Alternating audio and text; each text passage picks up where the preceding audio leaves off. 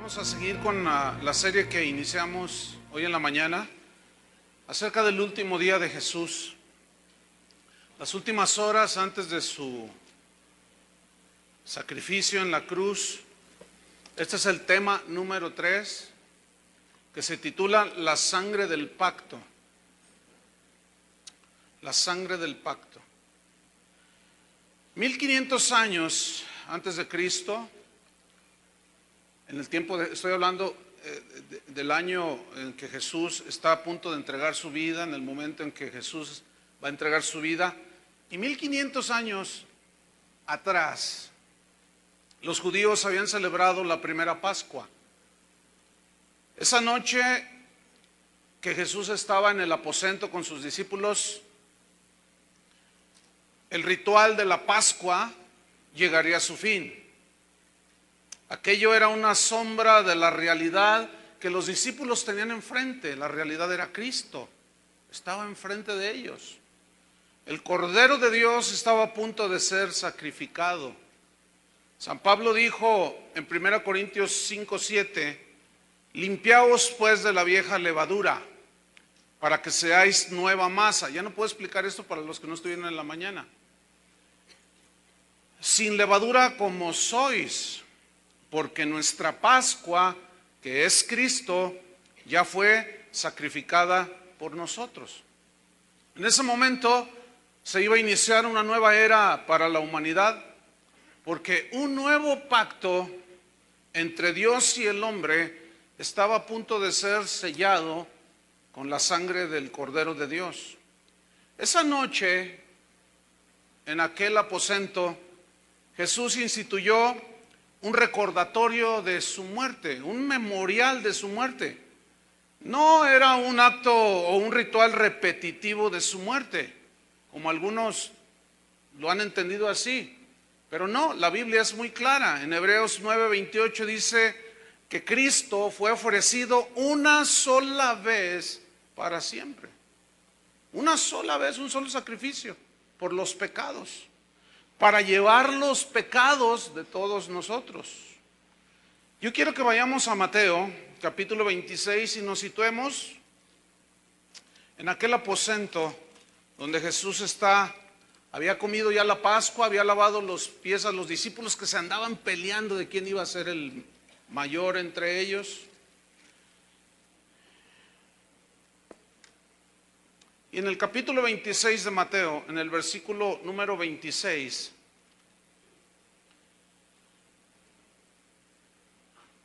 después de que él había declarado quién lo iba a traicionar, dice, y mientras comían, esto es el Cordero de la Pascua, tomó Jesús pan y bendijo y lo partió. Ese partir el pan estaba él simbolizando el quebrantamiento de su cuerpo. ¿Cómo él iba a ser partido en muchos pedazos, literalmente?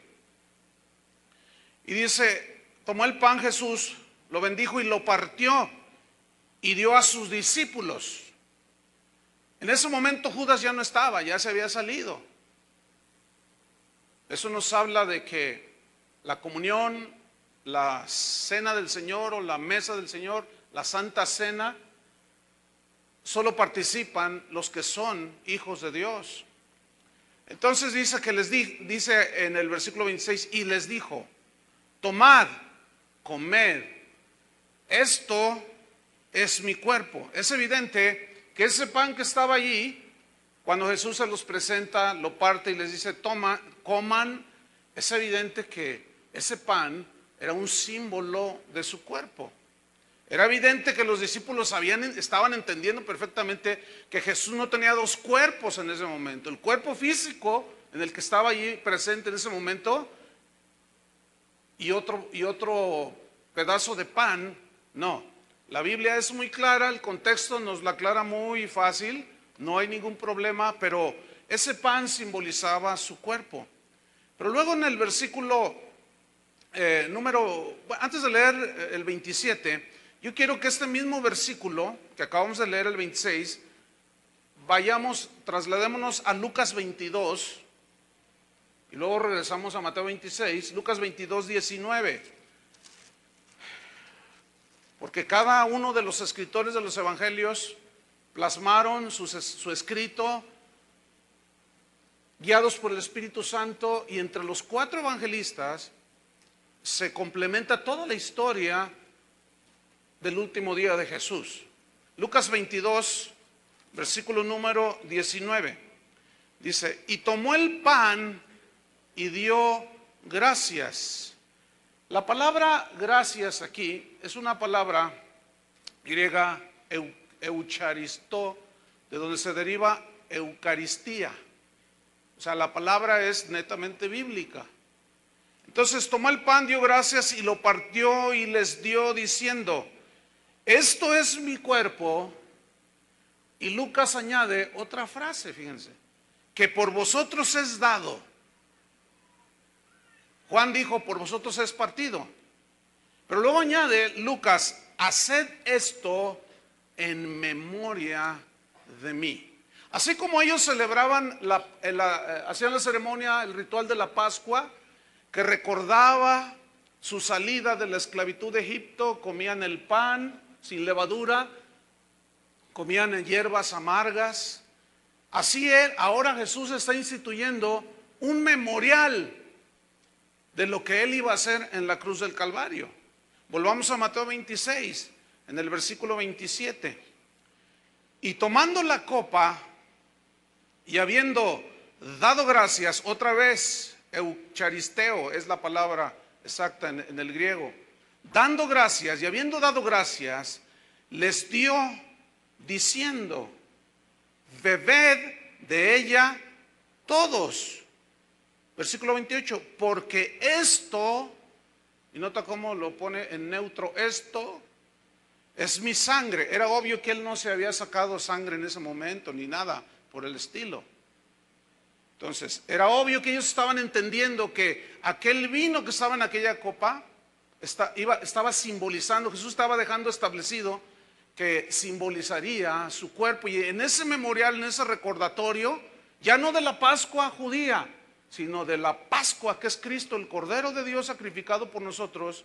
Cuando nosotros celebramos la cena del Señor, estamos haciendo un memorial de lo que Él hizo. Entonces dice, porque esto es mi sangre del nuevo pacto. Esto es mi sangre del nuevo pacto, que por muchos es derramada para remisión de los pecados. Cuando los discípulos escucharon la frase, bebed mi sangre, seguramente se confundieron. Seguramente en su mente cruzaron pensamientos que, ¿qué nos está diciendo Jesús? Porque para los judíos era algo repulsivo y aún prohibido por la ley el beber sangre. Entonces cuando Jesús les dice, bebed de esta copa, esto es mi sangre del nuevo pacto, ellos se turbaron todos. En Levítico capítulo 17, en el versículo número 14 dice así, porque la vida de toda carne es su sangre. Por tanto, he dicho a los hijos de Israel, no comeréis la sangre de ninguna carne, porque la vida de toda carne es su sangre. Cualquiera que la comiere será cortado. Entonces, los discípulos, era obvio que había un conflicto allí en su mente, en su entendimiento, porque nos está dando a beber su sangre, pero a la vez sabían que era vino. En el capítulo 6 de Juan, ellos habían tenido un discurso largo de Jesús cuando les habló diciendo, yo soy el pan de vida. Moisés no les dio el verdadero pan de vida, pero vuestro Padre les da el verdadero pan del cielo. Yo soy el pan del cielo. El que no coma mi carne y beba mi sangre, no puede ser mi discípulo. Entonces se espantaron la gente del tiempo de Jesús. Los que lo estaban escuchando se asustaron. ¿Cómo nos da a beber su sangre, que para nosotros, si la sangre de un animal, menos sangre humana? Pero Jesús dijo, las palabras que yo les he hablado son espíritu y son vida. Entonces estaba hablando obviamente en un sentido totalmente simbólico, pero aquellos que lo escucharon cuando les dijo, el que no coma mi carne y beba mi sangre, dijeron, uy, pues dura es esta palabra.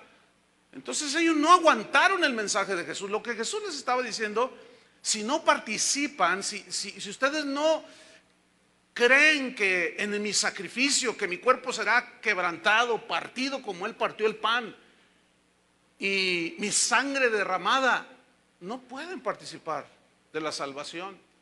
Entonces los discípulos en aquella cena, estamos ubicados en aquel aposento. Volvamos a Mateo 26. Entonces estas palabras confundieron a los discípulos. Cuando Jesús dijo, esto es mi sangre del nuevo pacto, cuando ellos escucharon la palabra pacto, ellos eran el pueblo del pacto. Esa palabra para los discípulos no era nada extraña. Para nosotros que somos gentiles o no judíos, la palabra pacto no tiene mucho sentido. Pero ¿qué es un pacto? Un pacto es un compromiso entre una o dos partes. Es un compromiso mutuo, ¿sí? Que obliga a una serie de responsabilidades mutuas. Lo tuyo es mío, lo mío es tuyo, yo soy tuyo, te pertenezco, tú me perteneces. Es un pacto, es como el matrimonio, es un pacto. Entonces cuando ellos escucharon sangre, beber sangre, y luego del nuevo pacto, los discípulos estaban presenciando en vivo, delante del Creador del universo, una de las revelaciones más extraordinarias del Nuevo Testamento. A este tipo de revelaciones son las que Pablo dijo, cosas que ojo no vio, ni oído oyó, ni siquiera han subido en el corazón del hombre, son las que Dios tiene preparadas para los que le aman. Estas son las cosas que ojo no vio, ni oído oyó. No todos tienen la misericordia o la gracia de Dios para entender la profundidad de lo que los discípulos estaban viviendo en ese momento. Los pactos eran muy conocidos por los discípulos. Ellos sabían que un pacto se sellaba con sangre. Cuando Adán y Eva pecaron y se cubrieron con hojas de higuera, el Señor dijo no. Entonces dice que los cubrió con pieles de animales, lo cual allí ya está implicando que Dios tuvo que sacrificar animales inocentes y derramar sangre. Ya desde allí con Adán y Eva, ya Dios estaba hablando de Cristo, el Cordero de Dios. Posteriormente viene el tiempo de Noé y Dios le dice que va a destruir a los seres vivos por medio de diluvio. Se salvan solamente 8 personas en aquella arca. Y cuando Noé sale del arca, lo primero que hace es ofrecer un sacrificio al Señor. Es decir, derramó sangre. E hizo Dios un pacto con Noé y fue sellado con sangre. Entonces todos los pactos se sellaban con sangre de animales inocentes. Pero esos animalitos hablaban y apuntaban hacia aquello que Juan el Bautista había dicho cuando lo vio descender al río Jordán. He aquí el Cordero de Dios que quita el pecado del mundo.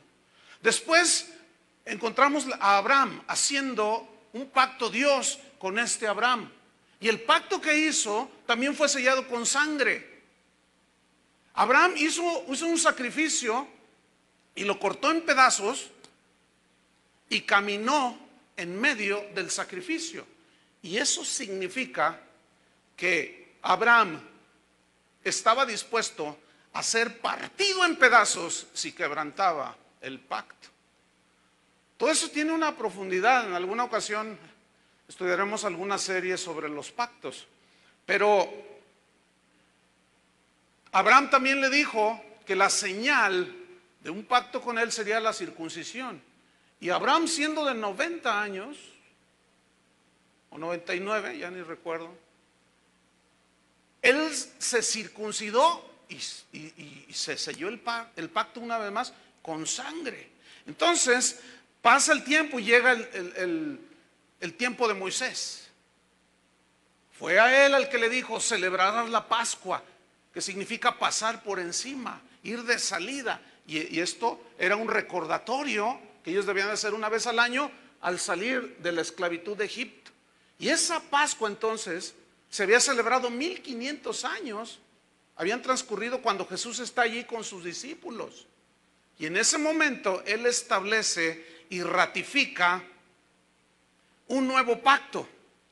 Entonces el derramamiento de sangre era vital y necesario para ratificar un pacto. Entonces cuando Jesús dice la sangre del nuevo pacto, este nuevo pacto y esta sangre del nuevo pacto, mejor dicho, tenía, escuchen bien, un solo propósito al ser derramada. El único, ponen mucha atención, esto es muy importante, el único propósito que tenía la sangre de Cristo derramada en la cruz era con propósitos de expiación, es decir, de remisión, de rescate, de pagar por el pecado de todos nosotros. Esa es la única enseñanza que encontramos en las Escrituras. En la Biblia, hermanos, vemos que Pablo decía que esto era necesario por cuanto todos pecaron. Y como la sangre de los animales no borraba los pecados, nada más cubría los pecados, porque esa sangre era imperfecta. Pero la sangre de Cristo, que era perfecta, es decir, sin contaminación de pecado, esa era la única que podía borrar los pecados. Por eso la importancia de ser lavados con la sangre de Cristo. Ahora bien, en la Biblia no encontramos, pongan mucha atención, otro propósito y significado de la sangre de Cristo, repito, que borrar nuestros pecados. Hay muchos conceptos cerrados sobre la sangre de Cristo. Yo he escuchado a muchos cristianos que invocan la sangre de Cristo para protección. Otros invocan la sangre de Cristo para bendecir cosas, para bendecir negocios inclusive. Otros para reprender demonios, y la sangre de Cristo te reprenda, dicen. Pero escúcheme bien, estos conceptos no son bíblicos. Y tal vez aquí algunos van a batallar un poco, pero lo vamos a demostrar con las Escrituras. Estos conceptos no son bíblicos, más bien son supersticiones metidas en el cristiano, en el cristianismo, mejor dicho, que se han metido de alguna manera como algo mágico.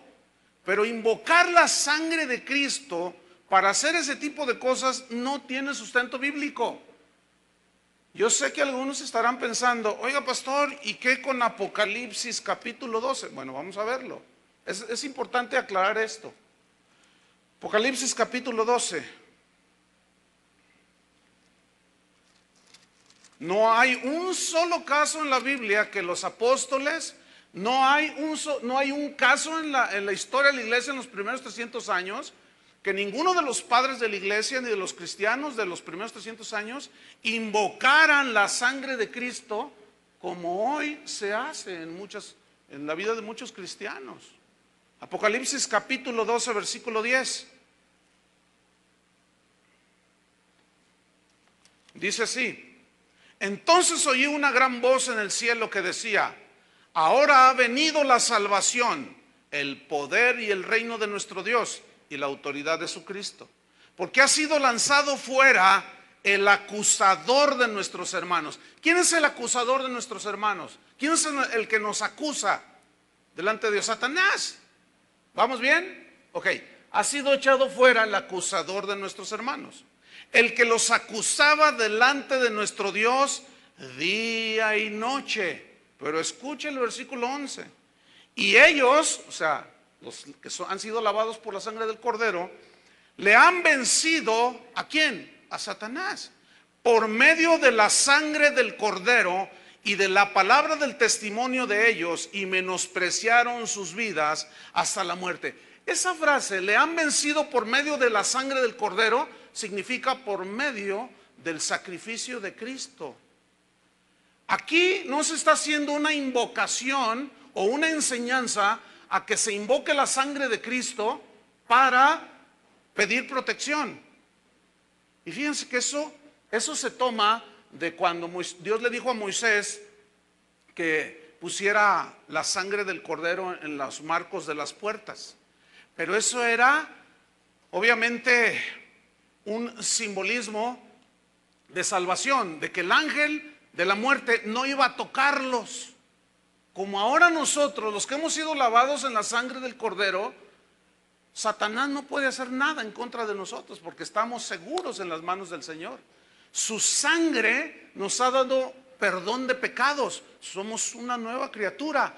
Todas las acusaciones que Satanás haga contra nosotros no tienen efectividad porque Jesús intercede por nosotros. Está entre nosotros y el Padre intercediendo por los que hemos sido herederos de la salvación. Entonces, fíjese, no tiene sustento bíblico eso.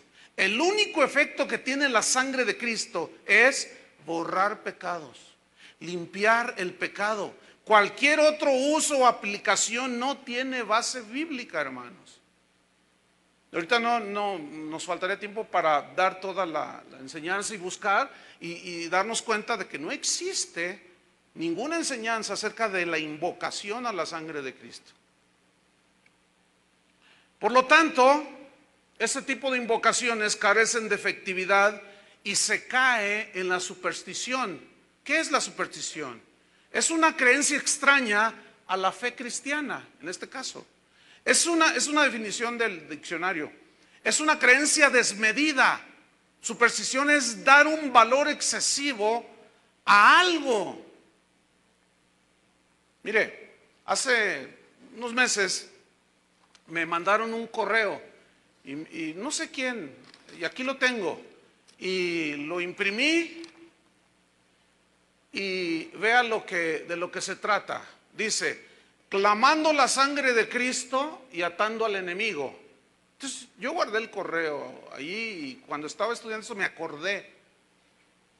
Se lo voy a leer, nada más una parte. Ponga mucha atención. Dice: Padre Dios, yo clamo la sangre de Jesús sobre mi vida, mi familia, todos mis familiares y mis amistades y sus familias, en las familias de la Iglesia de Cristo y sus familias, por los residentes de esta ciudad, por los empleados y los empleadores, estudiantes y aquellos que viajan fuera y dentro de la ciudad. Clamo la sangre de Jesús sobre cada pastor, apóstol, profeta, evangelista y maestro de esta nación, sus familias, iglesias, ministerios y negocios.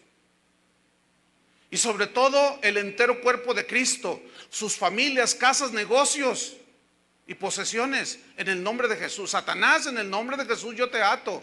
Y todo principado y poder de las tinieblas, todo habitante espiritual de maldad en lugares celestes, todo espíritu malo, espíritu del demonio y todo espíritu que no sea de Dios que ha estado operando en contra de nosotros. Yo invoco la sangre de Cristo, yo cancelo todo maleficio, molestación, irritación, encanto, mal de ojo, trabajo de hechicería, adivinación, magia negra, física, control mental, nueva era, brujería, envidia. Es pura brujería eso, hermanos. No hay indicio en las escrituras de semejante cosa. No existe. Jesús dijo: todo lo que pidiereis al Padre en mi nombre, yo lo haré. Es más, ni siquiera dijo que oráramos al Espíritu Santo. Sin embargo, muchas enseñanzas extrabíblicas han entrado al cristianismo. Volvamos a Mateo, capítulo 26, versículo 28. Mateo 26, 28. Entonces estábamos allí en aquel aposento tomando la copa, dio gracias, les dio, diciendo: bebed de ella todos, porque esto es mi sangre del nuevo pacto.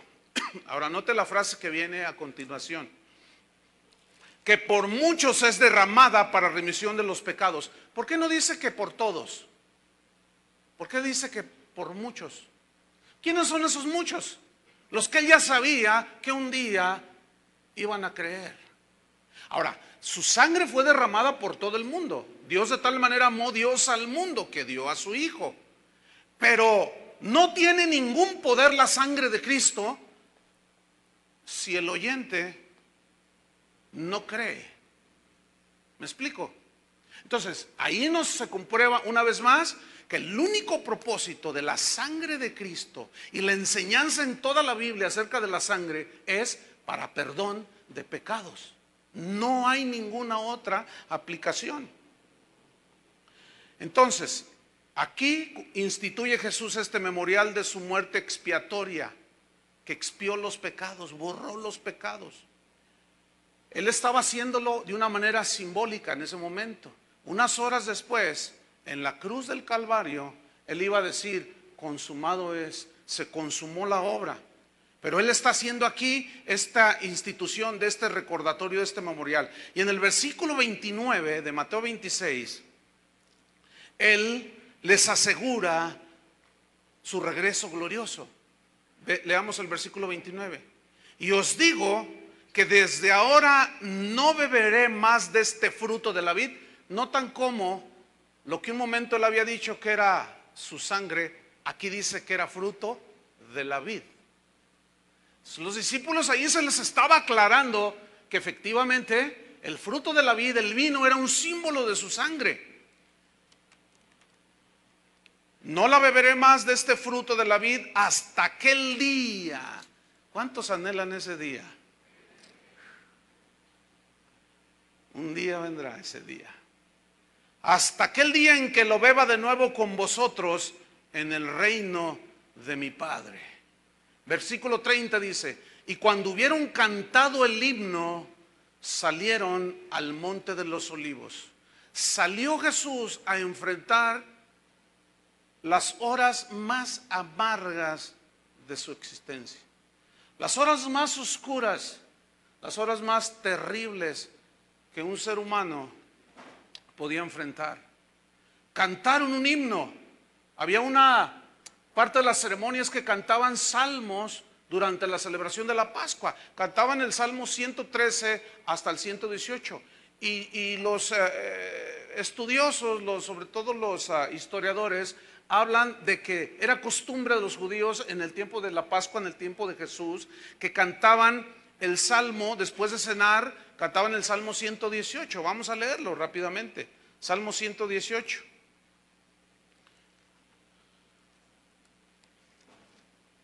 Entonces, antes de salir a Getsemaní, cantan el Salmo 118.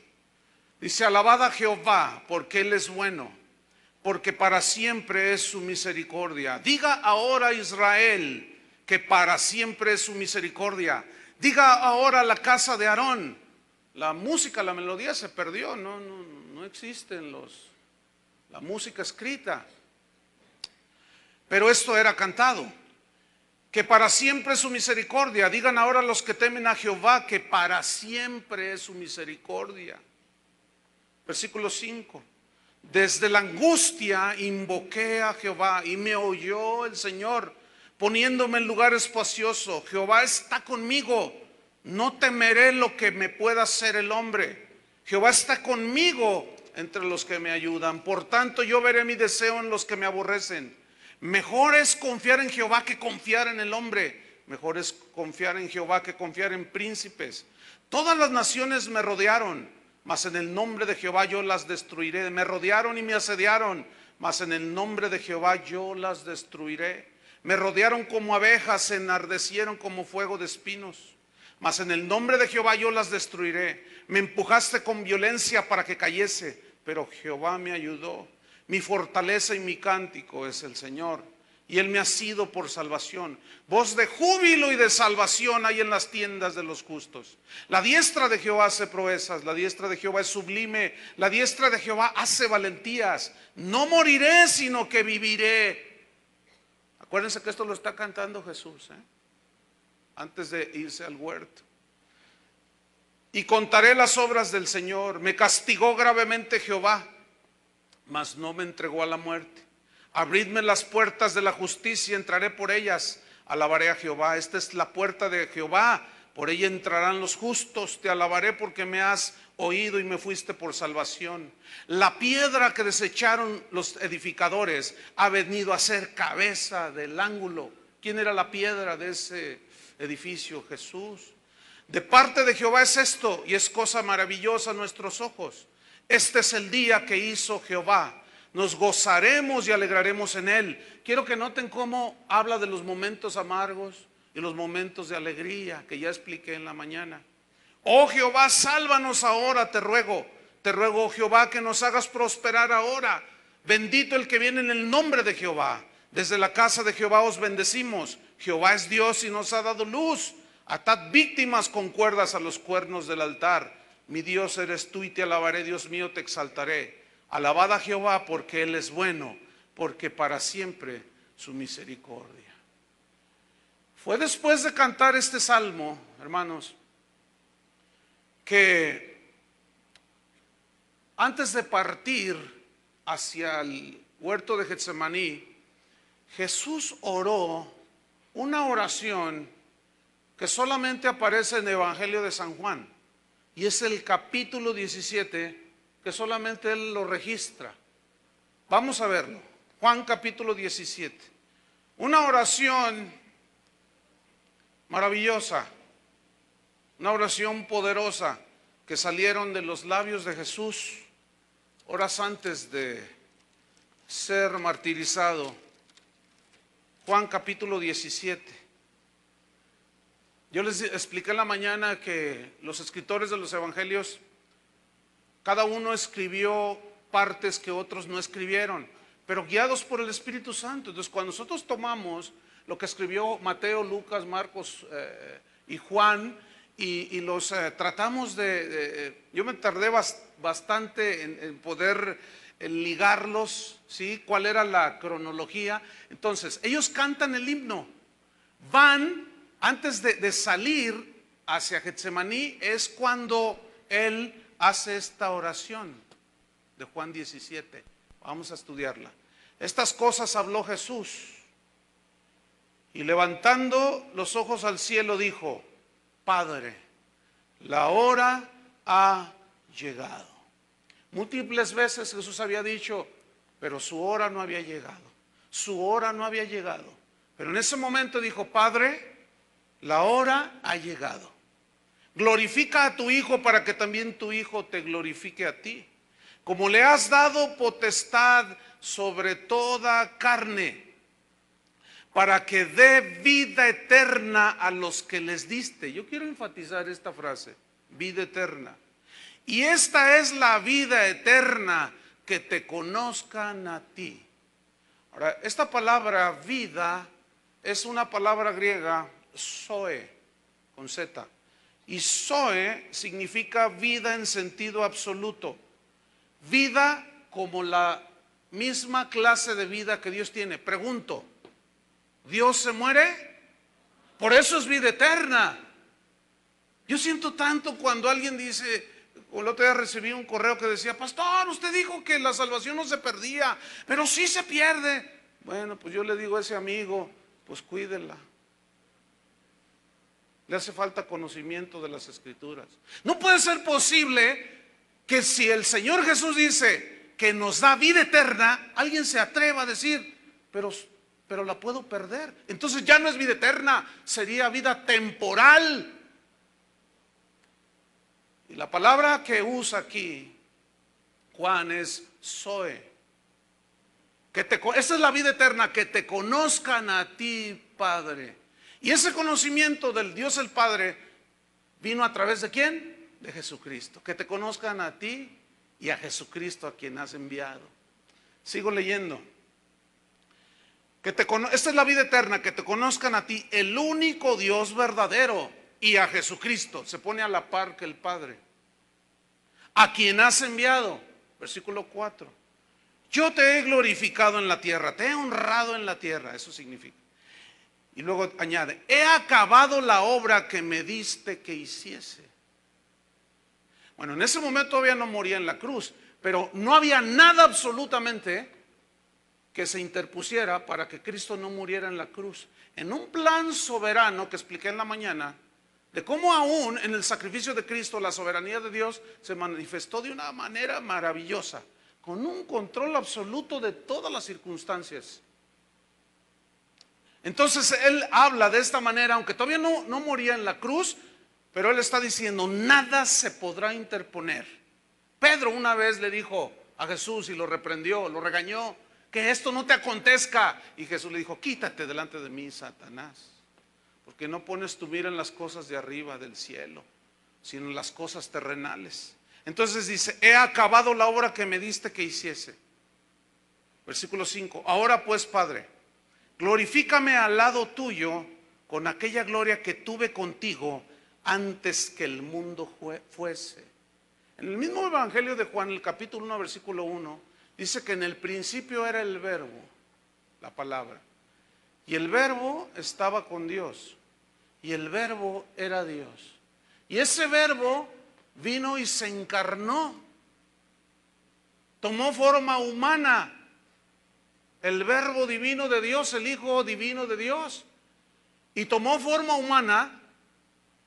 A lo suyo vino y los suyos no le recibieron, mas a todos los que le recibieron, y recibir significa creer en él, les dio potestad de ser llamados hijos de Dios, como cantamos hace un rato. Qué tremendo. Glorifícame con esa gloria que tuve contigo antes que el mundo fuese. Versículo 6. He manifestado tu nombre a los hombres. Esta palabra, este vocablo manifestado significa mostrar. Entonces se lee así: he mostrado tu nombre a los hombres que del mundo me diste. Es decir, yo les he mostrado, les he revelado tu nombre. Les he enseñado quién es el Padre. Una vez uno de sus discípulos le dijo, Señor, el discípulo Tomás, Señor, pues muéstranos al Padre y nos basta. Y Jesús dijo, el que me ha visto a mí, ha visto al Padre. Bueno, muéstranos el camino. Yo soy el camino. No dijo los caminos, dijo el camino, la verdad, en unas expresiones absolutas. El camino, no un camino. La verdad, no una verdad. Y la vida, Zoe. Que esa es la vida que vino a regalarnos. Vida, la misma clase de vida que Dios tiene. Vida eterna. Entonces dice, he manifestado tu nombre a los hombres del mundo que del mundo me diste. Tuyos eran, Padre, y me los diste. Y han guardado tu palabra. Esta palabra guardado significa conservado. Ellos han conservado, habían pasado ya 3 años. Y él estaba en ese momento solamente ante 11 de los 12 que tenía. Eran muy poquitos. Ya explicamos que en el capítulo 6 de Juan, muchos de los que decían sus discípulos no recibieron la palabra y ya no andaban con Jesús. No conservaron la palabra. Los discípulos, después de 3 años, estaban ahí los que habían nacido de Dios, los que habían nacido de nuevo, los que se les había dado la potestad de ser llamados sus hijos. Estaban ahí, habían conservado la palabra de Dios, la habían observado, la habían guardado. A la iglesia de Filadelfia Jesús dijo, por cuanto has guardado mi palabra y no has negado mi nombre. Eso es todo. Guardar su palabra, conservar su palabra, porque el cielo y la tierra pasarán, pero su palabra no pasará. Y como vamos a ver más adelante, que lo enfaticé en la mañana, hay muchas expresiones de Jesús reiteradas cuando dice era necesario que la escritura se cumpliese. Por eso nosotros decimos que no aceptamos absolutamente nada que no tenga base escritural suficiente en las escrituras, allí en la Biblia. Entonces dice en el versículo 7, ahora dice, han conocido. Este vocablo conocido es del griego ginosco, que significa entender. Entonces se lee así, ahora estos 11 que le quedaban ahí han entendido. Yo le pregunto, ¿usted ha entendido? ¿Han entendido que todas las cosas que me has dado proceden de ti? Yo puedo imaginarme a los discípulos viéndolo, cómo está Jesús haciendo esta oración, viéndolo así. Estos han entendido. Hacía unos cuantos minutos estaban peleando. Estaban discutiendo entre ellos. Aquí vemos la paciencia de Jesús, en la formación de sus discípulos. ¿Cuántos le dan gracias a Dios por su misericordia y que nos tiene paciencia? Alabado sea el Señor y para siempre su misericordia por eso. Versículo 8. Porque las palabras, noten, las palabras que me diste les he dado. O sea, Jesús no traía su propio mensaje, sino las palabras que le dijo el Padre que enseñara, la doctrina que el Padre le dijo que dejara establecida aquí en la tierra. Esas palabras, dice, yo les he dado y ellos las recibieron. Estoy en el versículo 8. Significa las aceptaron, las creyeron y han conocido, o sea, han entendido verdaderamente, con toda seguridad, que salí de ti. No hay duda. Los discípulos en ese momento, Jesús ya está diciendo, estos han conocido, han entendido que verdaderamente salí de ti y han creído que tú me enviaste. Versículo 9. Yo ruego por ellos, o sea, yo pido por ellos. No ruego por el mundo, no, sino por los que me diste, porque tuyos son. Versículo 10. Y todo lo mío es tuyo, y lo tuyo mío. Ahí estaba el pacto, el compromiso que el Padre hizo con el Hijo y el Hijo con el Padre. ¿Y cuál era el botín, por decirlo así? Nosotros. ¿Cuál era la ganancia de Jesús? Nosotros. Y he sido glorificado en ellos, es decir, he sido honrado en ellos. Versículo 11. Y ya no estoy en el mundo, mas estos están en el mundo. Es decir, yo dentro de poco ya no voy a estar en este mundo. Me tengo que ir. Mas estos están en el mundo. ¿En dónde estamos ahorita? En el mundo. Pero no somos del mundo, hermanos. Pero sigue diciendo, y yo voy a ti, Padre Santo.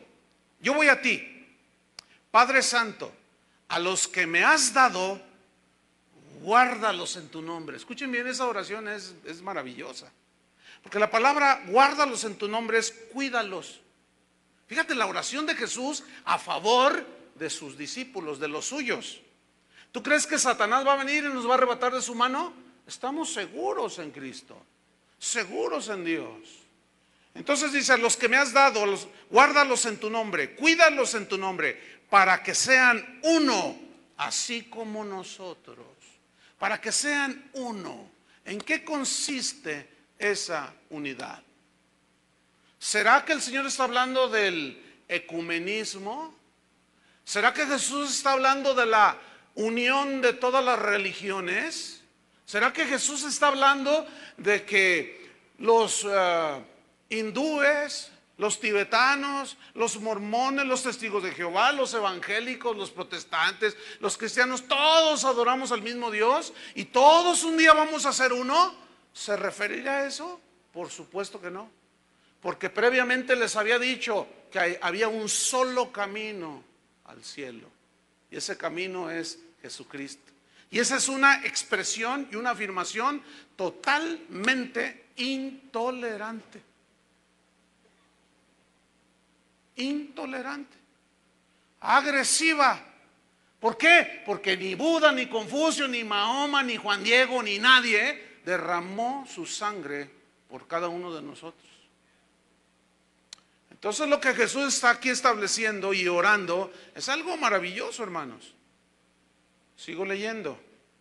Guárdalos en tu nombre para que sean uno así como nosotros. Entonces, ¿cuál es la unidad de la que Jesús está hablando? De que seamos uno. Sigamos leyendo. Cuando estaba con ellos en el mundo, yo los guardaba en tu nombre. Yo los cuidaba. Eso significa. Escuche bien. A los que me diste, yo los guardé. Escuchen. Y ninguno de ellos se perdió, sino el hijo de perdición, para que la escritura se cumpliese. Ninguno de los que me diste, ninguno de los que creyeron, escuchen bien para los que todavía creen que la salvación se les pierde. El que es nacido de Dios, es nacido de Dios. Por eso dice, el que es nacido de Dios vence al mundo. ¿Y quién está en el mundo? Satanás. Y mayor es el que está dentro de nosotros que el que está en el mundo. Entonces, cuando Jesús está diciendo esto, está diciendo verdades profundas. Escuchen, yo los guardé y ninguno de ellos se perdió. Escúchame bien, si tú eres hijo de Dios, y los que me escuchan por la radio. Si tú eres nacido de Dios, si has tenido un genuino arrepentimiento, una conversión, tu vida ha dado un cambio de 180 grados, el Señor te ha hecho su hijo. Y no lo digo yo, no es mi mensaje, son las palabras de Jesús. Yo los guardo en tu nombre. Y ninguno de los de Él será arrebatado de su mano. Nadie, hermano, estamos seguros en Cristo. Lo único que nos falta es esperar que Él venga, hermanos. Pero entre tanto que Él viene, vamos a ser testigos fieles de Él aquí en la tierra. Amén. Sigo leyendo. Versículo 12. En el versículo 13. Pero ahora voy a ti y hablo esto en el mundo para que tengan mi gozo, el gozo del Señor. ¿Se acuerdan que este pasaje fue después de que instituye la celebración de la última cena? Bien, cuando Él dice, hablo esto en el mundo para que tengan mi gozo cumplido en sí mismos, es decir, un gozo total, aquella copa, aquel vino que simbolizaba el gozo, en ese momento Él dice, va a haber un gozo total y completo en las vidas de aquellos que son mis discípulos, los que han creído en mí. A lo que se refirió Jesús es a lo siguiente, que a pesar de que estamos en el mundo y que tenemos aflicciones, tenemos un gozo por dentro, tenemos un gozo inexplicable. No sé cuántos de ustedes tienen ese gozo inexplicable. No sé cuántos de ustedes experimentan esto que Jesús está diciendo aquí, para que mi gozo sea total. Es decir, que el verdadero hijo de Dios no le interesa el vituperio. Siempre está agarrado de Jesús. Aparte de que está agarrado de Jesús, el Señor nunca lo suelta. Y puede tener pruebas como Pedro la tuvo, que después el día de mañana vamos a hablar un poco de eso también. Pero sigamos leyendo. Versículo número 14. Vean este texto. Yo les he dado tu palabra y el mundo les aborreció. Yo les he dado tu palabra. Esa frase me gusta mucho, pero a la vez me confronta en demasía. ¿Por qué? Porque ¿cuántos pastores que somos cuidadores del rebaño, en aquel día, cuando le rindamos cuentas a Dios, imagínense, ahí está el Señor en el trono y la congregación, ustedes están ahí y yo me paro enfrente del Señor, ustedes están acá atrás, Jesús está así enfrente. Imagínate, ¿qué le voy a decir? Señor, yo les he dado tu palabra. ¿Cuántos de esos van a llevar una terrible desilusión? Que creyendo que les están dando la palabra, les están dando pura psicología humana, puras máximas de hombres sabiondos del mundo, puras definiciones de mercadotecnia, que no es palabra que produce vida eterna. Pero escúchenme los pastores que hay aquí, los pastores que escuchan. Pero en aquel día, ¿qué le vamos a decir a Jesús?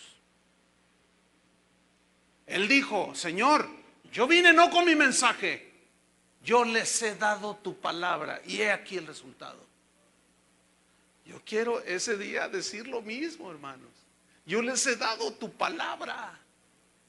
Por eso la convicción de la predicación del mensaje del Evangelio, lo más acercado posible, es una convicción muy fuerte, hermanos, que tengo personalmente, y los pastores en esta congregación tenemos también de predicar la palabra de Dios, de darles la palabra de Dios, porque es la única que puede hacerlos nacer de nuevo, según la primera carta de Pedro, que fuimos renacidos por la palabra de Dios que vive para siempre. Yo les he dado tu palabra, pero ese darles la palabra produjo el lado amargo. Noten en el versículo 14, y el mundo los aborreció. El mundo los persiguió, significa aquí en el griego. El mundo los odió. Qué increíble, hermanos. Es increíble cómo el mundo, así como veremos el día de mañana, como cuando Pilato les dijo: ¿a quién quieren que les suelte? ¿A Barrabás o a Jesús? Y la gente gritó: a Barrabás, queremos a Barrabás. Es increíble que la gente siga decidiendo mal, siga escogiendo mal. Y hoy el reconocimiento es en una medida muy grande hacia los falsos profetas, hermano, que maravillan a las personas con grandes milagros y grandes señales. Recibí un correo, alguien que me preguntaba y me puso ahí: mira, ve este video, y yo ya había visto ese video de que les cayó polvo de oro del cielo. Entonces estaban todos ahí, todos tiznados de oro, todos endorados ahí, parecían becerros de oro. Entonces la persona que me estaba mandando ese correo dice: yo no creo eso, pastor. No es de esta congregación, no sé ni quién sea, pero me estaba haciendo unas preguntas. Dice: yo no creo eso porque eso no se ve en la Biblia. Entonces yo le respondí: efectivamente, eso no se ve en la Biblia. Ese tipo de cosas, fíjate. ¿Tú crees que Dios está interesado en que se nos llene de polvo de oro las manos? Lo he dicho muchas veces. Por supuesto que no. Pero entonces esta persona me dice: es que la hermana que me dice que en su iglesia caen kilos de oro, me dice que eso se refería a Pablo cuando dijo: cosas que ojo no vio. Miren, si para interpretar la Biblia como Satanás se las gastan, pero sí, muy bien. Para torcer las escrituras, esas serán las cosas que dijo Pablo: cosas que ojo no vio. Esto, oro. Pues miren, yo tengo 30 años con esta argolla de oro. Yo ya conozco el oro. Y otra vez el diablo engañando, tratando de seducir a los hijos de Dios. Podemos tropezarnos, podemos desviarnos, pero si somos hijos de Dios, tarde o temprano el Señor enderezará nuestros caminos, hermano. Porque nada, por el que fuera, aunque fuera, por más torpe que sea, dijo el profeta, y andar en este camino no se perderá. Así que la tenemos segura, hermanos. Sin embargo, esto no justifica que cualquiera venga y nos engañe. No, hermanos. Sigamos leyendo. Yo les he dado tu palabra, y viene el momento amargo, y el mundo los aborreció, los persiguió, porque no son del mundo. Estamos en el mundo, pero no somos del mundo. ¿Qué significa? Que ya no participamos en lo que participa el mundo. ¿Cómo me aflige, hermanos? Los correos, sobre todo, son correos de gente que me pregunta cosas que yo digo: ay Dios. Nada más que, bueno, yo le digo: Señor, pues ayúdame. Y bueno, creo que también me ayuda a mí para formarme paciencia, ¿no? Porque a veces me desespero y digo: no es posible tanta ignorancia. Me preguntan cosas tan obvias como: pastor, ¿usted cree que si yo me caso con una que ni siquiera cree en Dios, Dios va a bendecir mi matrimonio? Ay, por el amor de Dios. Me desespera. De veras que me desespero. Yo digo, mira, a veces yo soy a lo mejor un poco agresivo y les contesto: oye, ¿eres nacido de nuevo? Una vez uno me preguntó: pastor, yo tengo mi novia y fornico con ella, ¿qué tan malo es delante de Dios? Hasta me hace sudar las manos, un sudor frío. Porque yo digo: ¿qué les está enseñando? ¿Qué les están enseñando esas ovejas? ¿Les estarán dando la palabra de Dios? Dice: es que yo fui con el pastor y me dijo: no, tú hermano, gloria a Dios, Dios es bueno. ¿Qué tan malo es? Yo le contesté, tan malo es que si tú sigues vas derechito al infierno. Así de malo es. Entonces es una serie de cuestionamientos y de preguntas. Ayer entró un correo que decía, nomás no vaya a decir que Cristo resucitó el domingo porque no resucitó el domingo. Está como con lo de Navidad, que no fue el 25, que el 24 y que... Entonces yo una vez dije, bueno, haya sido el 24, el 25, en marzo, en abril, ¿qué importa? Lo que importa es que nació. Y un pastor así muy, no sé, me escribe un correo y me dice, pastor, usted está engañando a sus ovejas. Es muy importante que les diga la fecha exacta. Ay, sí, la fecha es la que los va a salvar, hermanos. Y una de tonterías que nos perdemos como los fariseos a veces, que colamos el mosquito y nos tragamos el camello. Y nos fijamos en las fechas, nos fijamos en las cosas, que si salió bien esto, que si salió en los rituales y ese tipo de cosas. Y el Señor vino a quitar todo eso, hermanos. Entonces les dice, el mundo los aborreció, porque no son del mundo como tampoco yo soy del mundo. Versículo 15, vean este versículo. No ruego que los quites del mundo. ¿Y cuál es la oración de ahora? ¿Qué dijo Jesús? En el mundo tendréis aflicciones. Y el Señor dice, Padre, no te pido que los quites del mundo. ¿Y qué les enseñan hoy? A muchos, que no es la palabra de Dios. Para eso vino Cristo a morir en la cruz, para hacerte rico, para que ya no sufras, para hacerte feliz y viajes en un hermoso transatlántico por el Caribe, disfrutando la vida abundante, porque el Señor lo dijo, que Él había venido para darnos vida y vida en abundancia. ¿Han oído ese versículo, no? Juan 10:10. Vida en abundancia. Estos carnales terrenales lo interpretan como el diablo interpretó, todo chueco. Esa vida abundante, hermano, no se refiere, por el amor de Dios, ya no me desesperen, no se refiere a la abundancia de los bienes materiales, se refiere a la herencia de la vida eterna. Esa vida abundante es otra vez la palabra Zoe, la misma clase de vida que Dios tiene, vida eterna. ¿Cuántos le dan gracias a Dios? Sigo leyendo. No ruego que los quites del mundo, sino que los guardes del mal. Es decir, el Señor está pidiendo que los protegiera y que nada, fíjate, en el texto griego, no tengo tiempo para explicarlo así todo, pero en el texto griego habla de una protección sin dañar en ninguna manera la salvación. Tiene connotación de no dañar la salvación que nos ha sido dada. Es decir, nada puede dañar la salvación que hemos recibido. Por eso les dice, eso significa, no ruego que los quites del mundo, sino que los guardes del mal. O sea, cuídalos, protégelos, que nada dañe lo que ellos ahora tienen, la vida eterna. ¿Y cuántos saben que nada puede dañar la vida eterna que Dios nos ha dado? Sigo leyendo en el versículo número 16. No son del mundo, como tampoco yo soy del mundo. 17.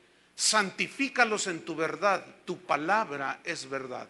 Este vocablo santifícalos significa consagrados, significa dedicados, significa perfeccionados. Entonces, lo que Jesús está diciendo es, conságralos, Padre, a estos en tu verdad, o sea, en tu palabra. Perfecciónalos a través de tu palabra. ¿Y qué no es eso lo que Pablo una y otra vez enseñó? Acerca del perfeccionamiento por medio del conocimiento de nuestro Señor Jesucristo, hasta que lleguemos a la unidad de la fe, del conocimiento del Hijo de Dios. Otra vez la unidad.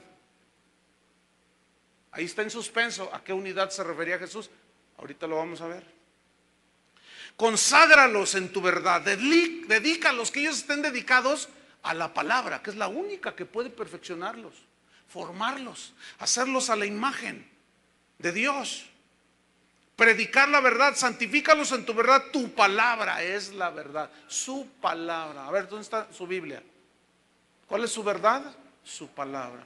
pero hermanos, con interpretación lo más correcto que se pueda. No podemos sacar versículos del contexto así nada más porque sí, de una manera arbitraria. No. Versículo 18. Como tú me enviaste al mundo, así yo los he enviado al mundo.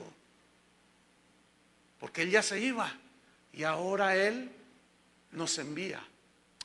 En Hechos capítulo 1 versículo 8 dijo: me seréis testigos. Y ese vocablo, testigos, viene de la palabra griega martureo, que significa mártires. O sea, Jesús dio su vida, Él ya se iba, nos dio vida eterna, y Él había dicho: no teman a los que matan el cuerpo, porque el alma no pueden matar. Más bien tengan temor de Dios. Él es el que puede echarlos al infierno. Que su temor sea no el temor al hombre, sino el temor a Dios. Entonces dice: como tú me enviaste al mundo, yo los he enviado al mundo. Hermanos, no podemos sacarnos ni hacernos a un lado, los verdaderos discípulos, de estar aquí en el mundo y enfrentar las mentiras de Satanás, los engaños de Satanás, la perversidad del mundo, el engaño del mundo. No podemos refugiarnos en un rinconcito y decir: ay no, yo no, protégeme, no, guárdame. No, el Señor nos mandó a enfrentarlo. Y la confrontación más fuerte con el mundo es cuando tú predicas la palabra de Dios. Te van a vituperar, te van a decir. Mire, ayer Toño Ortiz me dice: oye, fíjate que en uno de los videos que salen allí, que la gente ha subido a internet, nosotros no hemos subido ningún video de nosotros al famoso YouTube. Nadie de aquí ha hecho eso, la gente lo sube. Entonces hay una parte donde la gente puede comentar allí. Y me dice Toño Ortiz ayer: no, hombre, mira, hay uno que dice de ti, pero le digo: eso no es nada. No, si después de que estudiemos la agonía de Jesús, mañana va a ser un día extraordinario en cuanto a la explicación de toda la pasión que sufrió, el sufrimiento. Yo cuando estaba preparando estos estudios y comparo lo que me dicen, que yo soy basura, digo: no, hombre, eso no duele nada. Y lo comparo con Jesús, y que me dicen que soy un quién sabe qué, que el Mesías de Guadalajara, que el loco quién sabe qué, que el exagerado. Yo me río de eso, hermanos, por el amor de Dios. Veo lo que Jesús hizo por mí y luego veo lo que dice el YouTube. No, hombre, hermano, ni cosquillas me hacen. Pueden decir lo que les dé su barrabaseda gana, su gadarena gana. No van a lograr herir el corazón de este pastor. ¿Saben por qué? Porque este pastor está cubierto con la sangre de Cristo. Porque este pastor ha sido limpiado, lo mismo que ustedes. Y hermanos, yo sé que nos estamos enfrentando a las fuerzas de las tinieblas, pero nunca van a prevalecer contra la luz. Y Jesucristo es la luz del mundo y nosotros somos la luz del mundo. Y no dejemos de predicar las verdades del Evangelio. ¿Cuántos dicen amén? No debemos de dejar, debemos de cada vez más, al contrario, predicar la palabra de Dios. No le hace, no importa. No importa que saquen reportajes y digan cosa y media. A Jesús le dijeron borracho, comilón, que tenía demonio. No, olvídense. De veras, hermano, cuando digan cosas de ti, que tu corazón esté guardado, protegido. ¿Por qué? Porque nunca vamos a igualar lo que le hicieron a Jesús. Vámonos sobre el final de Juan. Estoy en el versículo número, si me ayudan, ¿en cuál voy? 19. Y yo por ellos me santifico a mí mismo, para que también ellos sean santificados en la verdad. O sea, consagrados en la verdad, dedicados a la verdad del Evangelio, día con día. Versículo 20, vean qué oración aquí. Mas no ruego solamente por estos, solo eran 11 ahí. No ruego solamente por estos, sino también por los que han de creer en mí por la palabra de ellos. ¿Saben quiénes son esos? Usted y yo. ¿No le dan un aplauso al Señor? Amén.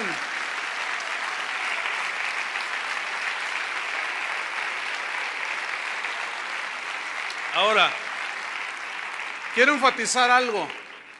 Esto lo dijo hace 2000 años. Escuchen bien.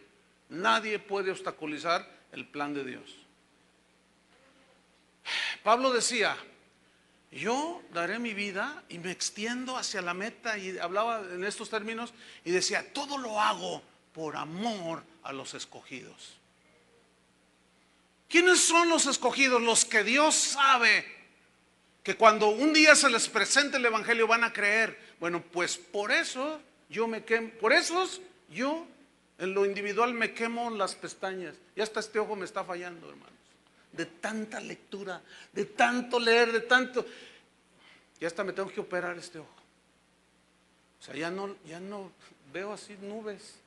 Y el doctor me dijo, es que usas mucho tu vista. Sí, pero ¿saben por qué? Aún Pablo decía, porque aún me gastaré a mí mismo por amor a los escogidos, por amor a los que Dios ha llamado, por los que Él sabe que un día van a recibir. Y es por eso que en este lugar queremos hacer lo mismo, por amor a los escogidos, aunque de tanto leer y qué sé yo, nos quedemos ciegos.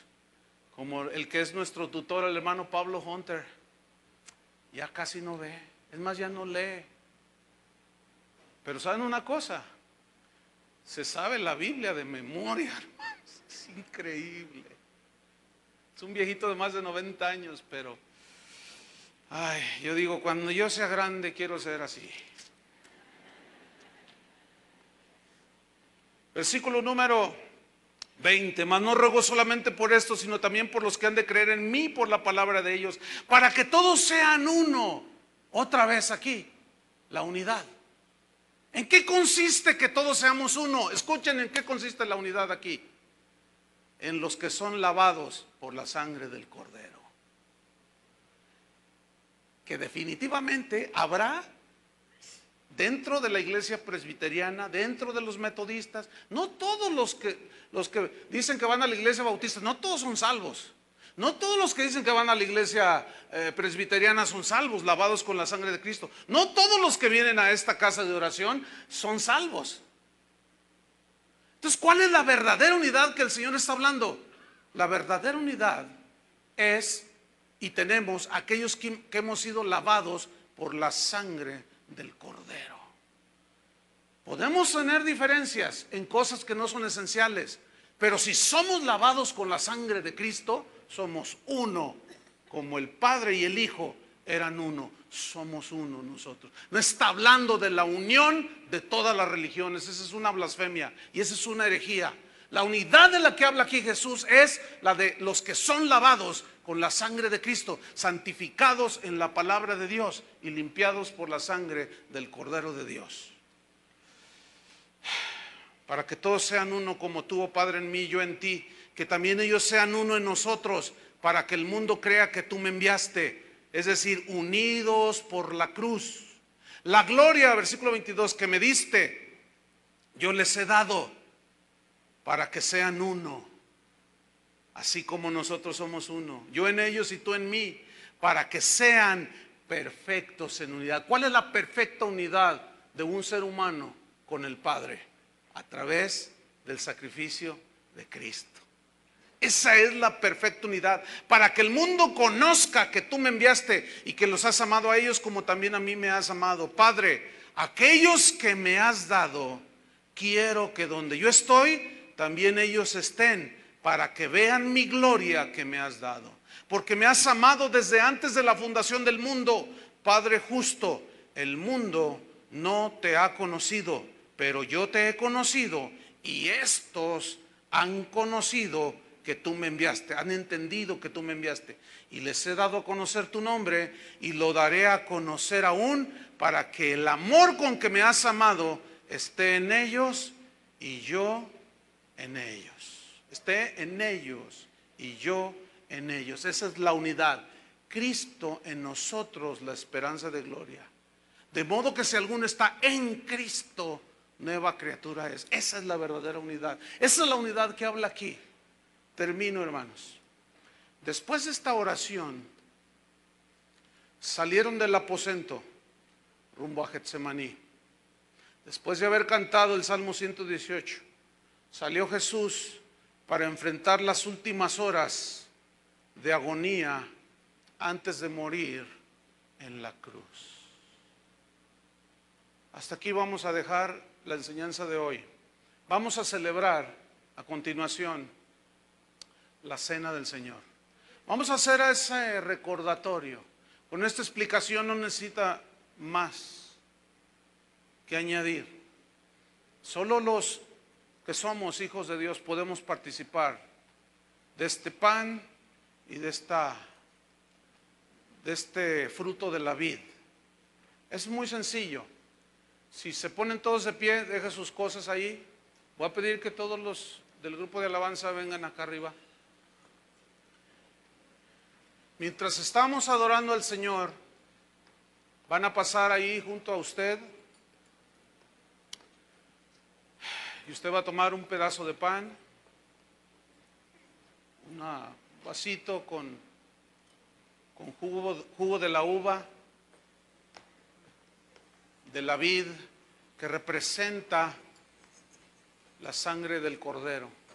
Vamos a hacer ese recordatorio de lo que Él hizo hace casi 2000 años en esa cruz. Nada más una instrucción. Así como está de pie, mientras se acomodan todos, y si comienzan a pasar ya los ujieres, los que van a servir la cena, vamos a hacer este memorial. San Pablo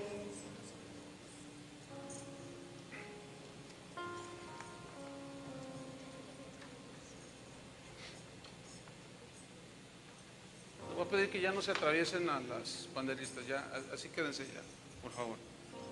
San Pablo les escribió en su carta a los Corintios y les dijo que antes de que bebieran de la copa y comieran del pan, debían de probarse cada uno a sí mismo. Este probarse cada uno a sí mismo significa si están en la fe. No si tienes un conocimiento y una aceptación intelectual, porque esa la tenía Judas. Él tenía una aceptación de Jesús intelectual, pero esa aceptación intelectual nunca lo llevó hacia la salvación, porque nunca él se había arrepentido, nunca él lavó sus pecados, nunca fue perdonado, porque su arrepentimiento no fue genuino. Entonces Pablo decía, en otras palabras, pruébese cada uno si ha sido lavado por la sangre del Cordero. Entonces dice, puede comer del pan y puede beber de la copa, porque el que come y bebe indignamente, o sea, indignamente significa que no ha sido lavado. Dice, sin discernir el cuerpo del Señor, o sea, lo que Él hizo en la cruz del Calvario, sin entender el verdadero significado. En la mañana alguien mandó preguntar a un ujier, me imagino que fue por teléfono, así yo entendí, que alguien le decía, pregúntale al pastor cuándo y a qué horas va a ser la Santa Cena. Y cuando me estaba preguntando, yo pude percibir algo. Inclusive yo le dije a esta hermana, le dije, mira, dile que no sé. ¿Por qué deliberadamente yo di esa respuesta? Dile que no sé. Porque yo sé que hay mucha gente que toma este ceremonial, este recordatorio, como un simple ritual. No cambian de vida, no se entregan a Dios, no se consagran a Dios, y creen que por tomar un pedacito de pan y beber un poco de jugo de la uva ya arreglaron sus cuentas con Dios. No es así. Esto es un recordatorio de la experiencia que tú tuviste de haber recibido a Jesús. ¿Lo están entendiendo, verdad? Debo decirles algo, no está toda la congregación, aunque el auditorio está lleno, pero no es toda la congregación, está solamente la mitad de la congregación. Pero durante unos años, 2, 3 años aproximadamente, no habíamos celebrado la cena del Señor. Esto fue deliberadamente, hermanos. ¿Saben por qué? Porque yo no quería que comieran juicio, ni bebieran juicio. Tuvimos que meternos durante estos últimos 3, 4 años en las profundidades de la palabra de Dios, hablándoles tan claro de que si no hay un cambio radical en tu vida, no eres hijo de Dios, no estás nacido de nuevo. Por lo tanto, no puedes tomar esto, porque el juicio lo estarás bebiendo. Fue deliberado, hermano, no crean que era un descuido. Algunos nos acusaron y nos dijeron: ahí no son cristianos porque no celebran la cena del Señor, como si celebrar la cena del Señor en el ritual mismo nos hiciera cristianos. ¿Se fijan cómo somos tan supersticiosos?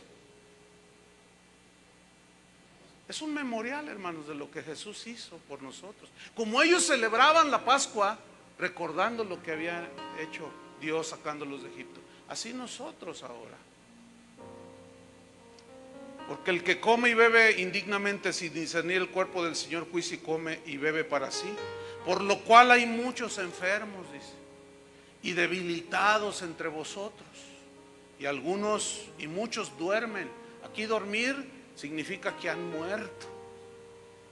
Inclusive alguno nacido de nuevo que pudiera estar viviendo en un pecado el cual no ha confesado y se atreve a tomar de la copa y beber y comer del pan y no confesar su pecado, cuidado, cuidado. Juicio come y bebe para sí. Entonces, ciertamente es un memorial, pero con muchísimo significado. Nada de superstición, sino con un conocimiento de lo que verdaderamente estamos haciendo. Amén. Bien, cierren sus ojos. Y mientras pasan ahí con usted y reparten y usted toma un pedazo de pan, todavía no lo coma ni lo beba. También no se les olvide todo el grupo de alabanza para que les repartan. Vamos a adorar al Señor.